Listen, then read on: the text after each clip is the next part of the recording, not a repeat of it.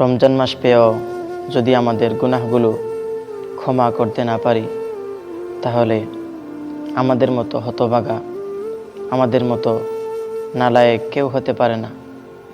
রাসূল সাল্লাল্লাহু আলাইহি ওয়াসাল্লাম এর একটা হাদিস, যে রাসূল সাল্লাল্লাহু আলাইহি ওয়াসাল্লামকে জিবরাইল আলাইহিস সালাম একবার বললেন যে, রাসূলুল্লাহ, কেউ যদি রমজান মাস পেয়েও তার গুনাহ মাফ করতে পারল না, সে ধ্বংস হোক।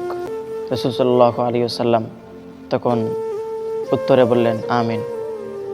অথচ আমাদের এই রমজান হচ্ছে আমাদের জন্য একটি নেয়ামত।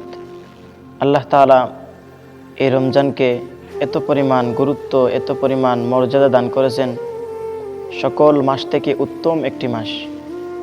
আল্লাহ তাআলা এই মাসের মধ্যে কোরআন নাজিল করেছেন। এই মাসে কেউ যদি একটি নফল ইবাদত করে 70টি নফল ইবাদতের সওয়াব পায়। অথচ আমাদের গাফেলতা, আমাদের গাফলাতি এত পরিমাণ, রমজান মাসেও আমরা আল্লাহ তাআলার পরিপূর্ণ হুকুমগুলো মানতে পারছি না। আমাদের ঈমান, আমাদের ইবাদত যেভাবে হওয়ার সেভাবে হচ্ছে না। আমাদের ঈমান যদি সবল থাকতো, তাহলে এইভাবে আমাদের দিনগুলো কাটতো না।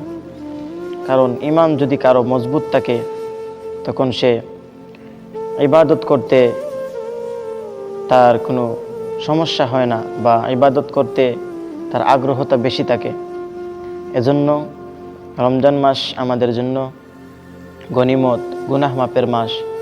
এই মাসে যেন আমাদের সব গুনাহগুলো ক্ষমা করতে পারি। আল্লাহ তাআলার কাছে প্রতিনিয়ত দোয়া করি। প্রতিদিন সেহরির সময় উঠে, তাহাজ্জুদের সময়, ওই সময় 2-4 রাকাত নামাজ পড়ে আল্লাহর কাছে বলি, কতই না গুনাহ করলাম। আজ আমাদের গুনাহের কথা যদি আমাদের প্রতিবেশী জানতো, আমাদের বন্ধু বান্ধব, আমাদের এলাকার মানুষ জানতো, তাহলে তো আমাদেরকে সম্মান করতো না। এত কিছু করার পরেও আল্লাহ তাআলা আমাদেরকে নিরাশ করে দেন নাই, আমাদেরকে ধ্বংস করে দেন নাই।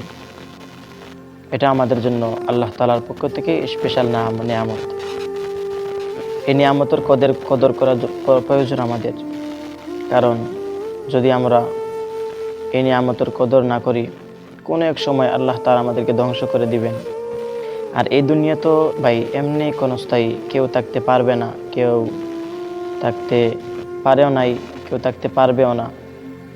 যারা অনেক ক্ষমতাবান ছিল, যারা অনেক টাকা পয়সাওয়ালা ছিল, আজ তারাও নাই। কোনো এক সময় আমি আপনিও চলে যাব। দুনিয়া কারোর জন্য অপেক্ষা করে না। আপনি এই গনিমতকে হারিয়ে কোনো এক সময় আফসোস করবেন, তখন আফসোস করে আপনার কোনো কাজ আসবে না। ওই আফসোস আপনাকে তখন দ্বিগুণ পরিমাণ কষ্ট দিবে। কারণ আমি আপনি সময় থাকতে বুঝি না, সময় চলে গেলে আমরা তখন আফসোস করি। আল্লাহ তাআলা আমাদেরকে সহি বুঝ দান করুন। আমিন।